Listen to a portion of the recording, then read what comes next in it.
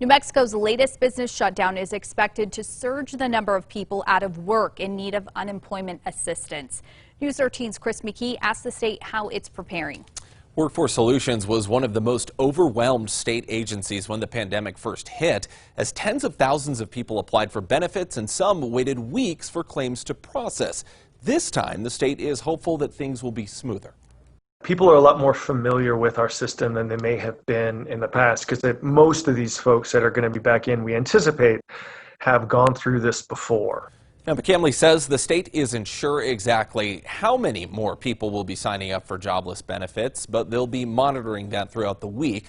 Last week, there were about 104,000 New Mexicans on unemployment, down from the peak in June when about 156,000 people were on the rolls.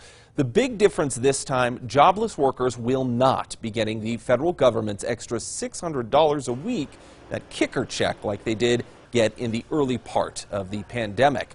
The maximum benefit workers can now get, according to the state's website, is $461 per week. McCamley is encouraging anyone out of work to apply for benefits immediately and certify if they're still jobless each week, all online if at all possible. We would really encourage people, please use that website if you can and try to stay patient with us. I promise you our people are going to be doing everything they possibly can to give everyone help as fast as we can get it to them.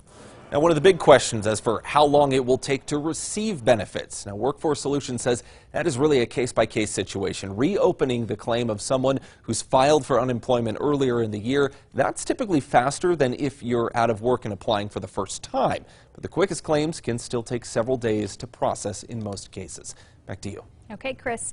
Before the pandemic, the state had just about 9,600 unemployment claims total, less than 10% of the number of claims today.